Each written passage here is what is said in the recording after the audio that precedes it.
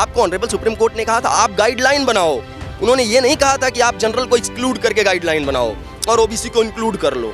4 साल का कोर्स हो या 5 साल का या 3 साल का अंडर ग्रेजुएट कोर्स हो, कहीं पे जातिगत टिप्पणी नहीं आती। तो यूजीसी को ऐसा क्यों लगा कि हमें 3C में ओबीसी को ऐड करना चाहिए, इससे चीज़ें सही हो जाएंगी। चीज़ें इतनी ही सही हुई कि आज रोड सड़कों पे लोग जमे हुए हैं, लोग अपने आप को किनारा महसूस कर रहे हैं, लोग छात्र में स्पेशली छात्राओं में डर का माहौल है। SC/ST कमेटी ने एक भी ऐसा केस नहीं बताया जो कहा हो कि ये गलत लगाया गया है SC/ST एक्ट, ये गलत हुआ है उनके साथ, जबकि सैकड़ों ऐसे केस थे जो सुप्रीम कोर्ट ने कहा, विष्णु तिवारी के मामले में कहा कि वो गलत था।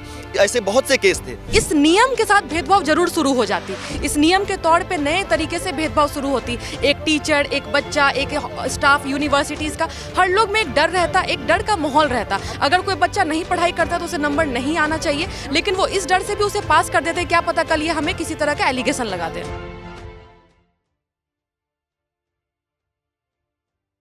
नमस्कार, मैं हूं माही सिंह और आप देख रहे हैं द न्यूज़पेपर। यूजीसी के नए नियम के बाद अब कहीं ना कहीं देश में बवाल मचा। इसके बाद सुप्रीम कोर्ट ने स्टे लगा दिया, लेकिन उसके बाद भी तमाम सवाल अभी भी बन रहे हैं कि आखिरकार इस जो नया नियम आया था उसमें कौन कौन से ऐसे लूप होल्स थे, वो उसको समझने का प्रयास करते हैं। आज सुप्रीम कोर्ट में मौजूद हैं, हमारे साथ मैम जुड़ी हुई हैं, इनसे भी जानते हैं कि ये यूजीसी के नए नियम को किस तरीके से देखती हैं, जो सरकार ने फैसला लिया है उसको किस तरीके से देखती हैं। चलिए जानते हैं। मैम, क्या नाम हुआ? मेरा नाम वानी गोपाल है, आप सबको मेरा प्रणाम। जिस तरीके से अभी यूजीसी का नया नियम आया उसके बारे में आप क्या कहना चाहोगे, क्योंकि जनरल कैटेगरी कहीं ना कहीं अपने आप को अलग थलग महसूस करने लगी थी, तो अब क्या लग रहा है कि अब जो स्टे लगा है उसके बाद भी कुछ और प्रोसेस होगा या फिर उसके लूप होल्स को ठीक करने की कोशिश की जाएगी? देखिए, मुझे जहाँ तक लगता है, बात अगर सामान्य वर्ग की करे तो उन्हें किसी प्रकार की डरने की ज़रूरत नहीं है इस एक्ट से। उन्हें किसी रोक लगने के बाद उन्हें डरने की ज़रूरत नहीं है। बात रही त्रुटियों की ठीक करने की, तो वो 19 मार्च से पहले जरूर किया जाएगा। सरकार ने इस पे मोहलत मांगी है, अगला सुनवाई 19 मार्च को है। और यूजीसी की बात करें तो हमारी सरकार कहती है कि बटोगे तो कटोगे। तो जब हम बट नहीं रहे हैं, कटने का डर नहीं है, तो फिर आप हमें किस आधार पे बांट रहे हैं? जब ऑलरेडी सेक्शन 3E जिक्र था तो सेक्शन 3C को लाने की क्या जरूरत थी? ई में तो सब कुछ साफ स्पष्ट दिया गया है। ओबीसी को अगर ले आते हैं तो क्या पता कल हो कि ओबीसी किसी SC/ST के साथ जाति का टिप्पणी ना करे, ये भी तो हो सकता है। तो जैसे SC/ST कानून जो था पहले बना हुआ था 2012 में, अब उसको फिर से इस तरीके से रिफॉर्म करके लाना, कॉलेज में लाना, क्या वहाँ के कॉलेज के स्टूडेंट के बीच में भेदभाव नहीं होगा और उससे कितनी सारी चीज़ें जो सामाजिक अव्यवस्था देखने को मिल सकती है? देखिए, जब हम कॉलेज में जाते हैं, आप भी कभी कॉलेज गई होंगी, मैं भी गई होंगी, तो आपने कभी जातिगत टिप्पणी के बारे में सोचा होगा? नहीं। हम वहाँ पढ़ने गए थे, हम वहाँ चीज़ें एक्सप्लोर करने गए थे, हमें नई एक्टिविटी सीखनी थी, डिबेट करना था, मूड कोर्ट करना था और आपने जर्नलिज्म इंटर्नशिप करना था। तो इन सबों के बीच में 4 साल का कोर्स हो या 5 साल का या 3 साल का अंडर ग्रेजुएट कोर्स हो, कहीं पे जातिगत टिप्पणी नहीं आती। तो यूजीसी को ऐसा क्यों लगा कि हमें 3C में ओबीसी को ऐड करना चाहिए, इससे चीज़ें सही हो जाएंगी। चीज़ें इतनी ही सही हुई कि आज रोड सड़कों पे लोग जमे हुए हैं, लोग अपने आप को किनारा महसूस कर रहे हैं, लोग छात्र में स्पेशली छात्राओं में डर का माहौल है। रोहित वेमुला के जो केस हुआ उसके बाद ये पूरा स्टेप लिया गया। आपको क्या लगता है कि अगर इस तरीके के कानून आ गए तो वहाँ पर रोहित मिश्रा नहीं होंगे, रोहित सिंह नहीं होंगे, रोहित श्रीवास्तव नहीं होंगे या फिर रोहित गुप्ता नहीं होंगे? इस बात की क्या गारंटी है? मेरा मानना है कि मैं खुद ओबीसी वर्ग से बिलोंग करती हूँ, लेकिन मैं फिर भी कहूँगी कि जो छात्र होता है उसका कोई जाति नहीं होती, कोई छात्रा की कोई जाति नहीं होती, कोई छात्र का कोई जात नहीं होता। तो फिर यूजीसी को क्या जरूरत पड़ी कि उन्हें इस नियम को लाना? बात रही रोहित वेमुला की, वो बहुत ही दुर्भाग्यपूर्ण था, बहुत दुर्भाग्यपूर्ण था। कहीं ना कहीं उसमें राजनीति साजिश के तहत उनके साथ जो भी हुआ पूरा देश जानता है क्या हुआ, लेकिन उसके चलते सारे सामान्य वर्ग को टारगेट करना सही नहीं है। अभी आपने देखा होगा कि आज़ाद रामन जो सांसद हैं नगीना से, उन्होंने बोला है कि अगर इसको रोल बैक किया गया तो उसके बाद प्रोटेस्ट होगा और हम ये चीज़ बर्दाश्त नहीं करेंगे। आप क्या कहेंगे? हमारा जो सुप्रीम कोर्ट है उसे ऐसे ही देश का गार्जियन और संविधान का गार्जियन नहीं कहा जाता। 4 लोग आएंगे, विरोध प्रदर्शन करेंगे, सुप्रीम कोर्ट की एक डांट के बाद सब अपने घर में बैठ जाएंगे। जी बिल्कुल, आपने बहुत अच्छी बात की, लेकिन यहाँ पर जिस तरीके से मेरा ये सवाल रहेगा एक ह्यूमन बीइंग होने के नाते कि अगर कोई शिक्षक है और कोई छात्र है, शिक्षक ने किसी ST, SC, OBC वाले को कम नंबर दे दिया और उसने उसके ऊपर ये एक्ट लगा दिया, उस शिक्षक को ये प्रूव करने में पूरी ज़िंदगी निकल जाएगी कि उन्होंने भेदभाव के हिसाब से नहीं बल्कि बच्चा पढ़ने में कमज़ोर है इसकी वजह से कम नंबर दिया। तो क्या ये नियम आने वाले दिनों में खतरनाक हो सकता था, चाहे वो शिक्षक हो या छात्र हो, सबके लिए? देखिए, खतरनाक का तो नहीं पता, लेकिन इस नियम के साथ भेदभाव जरूर शुरू हो जाती। इस नियम के तौर पे नए तरीके से भेदभाव शुरू होती। एक टीचर, एक बच्चा, एक स्टाफ यूनिवर्सिटीज़ का, हर लोग में एक डर रहता, एक डर का माहौल रहता। अगर कोई बच्चा नहीं पढ़ाई करता तो उसे नंबर नहीं आना चाहिए, लेकिन वो इस डर से भी उसे पास कर देते, क्या पता कल ये हमें किसी तरह का एलिगेशन लगा दे।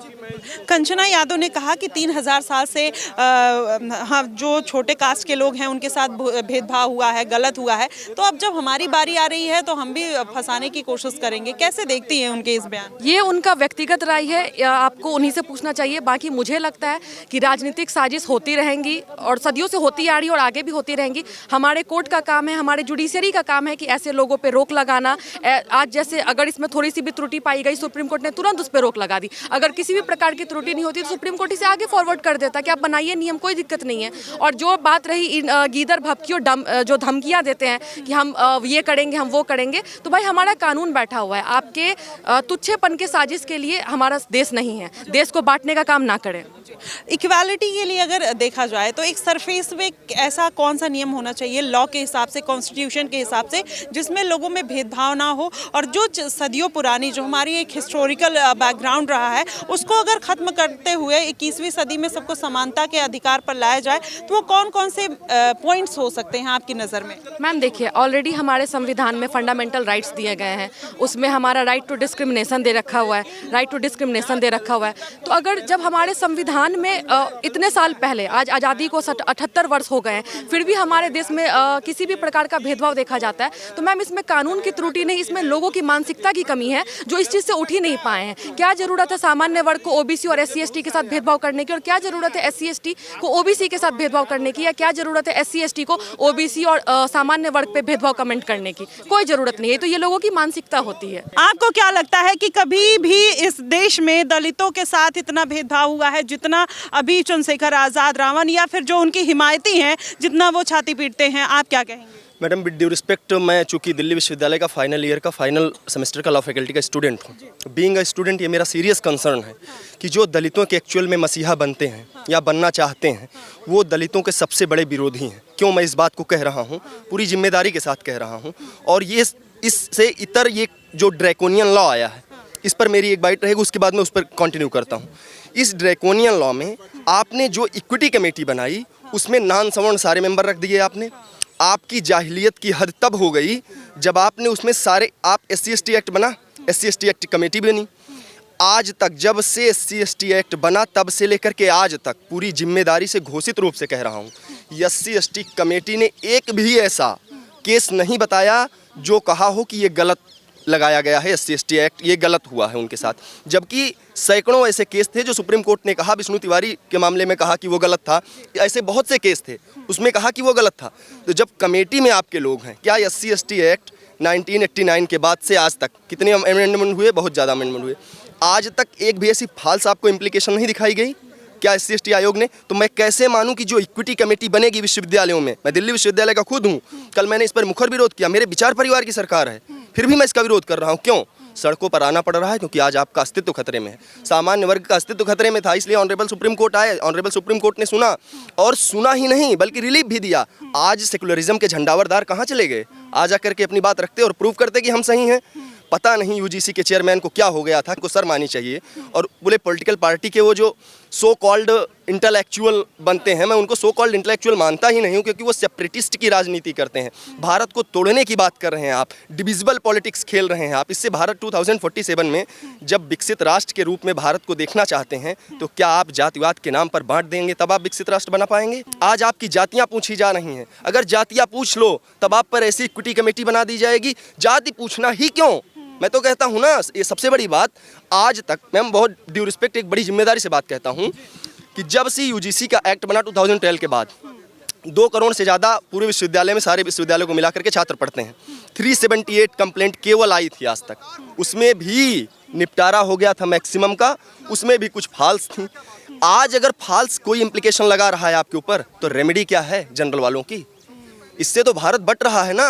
आप मेरे अपने लोग थे, विचार परिवार की सरकार थी मेरे, हमने इनके समर्थन में नारे लगाए हैं। आज इनके विरोध में सिर्फ इसलिए हैं क्योंकि आज आप अपनी मूल आइडेंटिटी को छोड़ करके सो कॉल्ड पोलराइजेशन की पॉलिटिक्स करने के लिए जा रहे हैं, और इसकी कड़ी से कड़ी जितनी निंदा होनी चाहिए उतना करना चाहिए। ऑनरेबल सुप्रीम कोर्ट ने आज ये भी कहा। क्या आपको नहीं लगता है कि ओबीसी एससी एसटी के साथ थोड़ा भेदभाव हुआ है? उनको सिमिलर प्लेटफॉर्म पे लाने के लिए इस तरीके के कानून लाए गए थे, लेकिन एक वर्ग छूट गया उसमें। बिल्कुल मैडम, मैं इससे डिनाई कर ही नहीं रहा हूं कि उनके साथ गलत हुआ था पास्ट में और अभी गलत होना नहीं चाहिए, मैं इसका फुल सपोर्ट में हूं। लेकिन क्या इस कानून से, आप बताइए, इस कानून के आ जाने से क्या आपस में छात्रों में मतभेद नहीं बढ़ जाएगा? जो छात्र कभी किसी की जाति नहीं पूछते थे, वो छात्र आपस में आज मेरे विश्वविद्यालय में, दिल्ली विश्वविद्यालय जैसे प्रेस्टिजियस इंस्टीट्यूशन में जात के नाम पर बट गए हैं लोग। क्यों? क्योंकि आपने ऐसी कमेटी बना दी है, आपने ऐसे गाइडलाइन फ्रेम कर दिया है। आपको ऑनरेबल सुप्रीम कोर्ट ने कहा था आप गाइडलाइन बनाओ, उन्होंने ये नहीं कहा था कि आप जनरल को एक्सक्लूड करके गाइडलाइन बनाओ और ओबीसी को इंक्लूड कर लो। आज डाटा तो इसी बात पे जस्टिस बागची जी ने कि आपको ये थोड़ी कहा गया था कि आप गाइडलाइन बनाओ केवल उनके लिए और एक समाज का बड़ा वर्ग छोड़ दो आप। वहाँ पर राइट टू इक्वलिटी कहाँ गई? इक्वलिटी बिफोर लॉ आर्टिकल 14 और 21 कहाँ गया? अब आप समझिए इनके इतने ड्रैकोन, इस कानून को मैं पूरी जिम्मेदारी के साथ रॉलेट एक्ट 2.0 देता था कल तक। हाँ, ये रॉलेट एक्ट 2.0 था और घोषित रूप से मैंने दिल्ली विश्वविद्यालय के प्रांगण में ये बात कही कि ये रॉलेट एक्ट 2.0 है। अगर नहीं हुआ, ये यूजीसी ने रोल बैक नहीं किया तो बड़ा सड़कों पर बड़ा आंदोलन होगा। उससे पहले ईश्वर की विशेष कृपा रही कि ऑनरेबल सुप्रीम कोर्ट ने इसे स्टे कर दिया, स्टे लगा दिया। सर, क्या लगता है कि संशोधन होगा या फिर स्टे ही लगेगा? मैम देखिए, जहाँ तक मेरा इसमें विचार है, इसमें संशोधन होना चाहिए और बहुत ज़रूरी है इसमें संशोधन होना।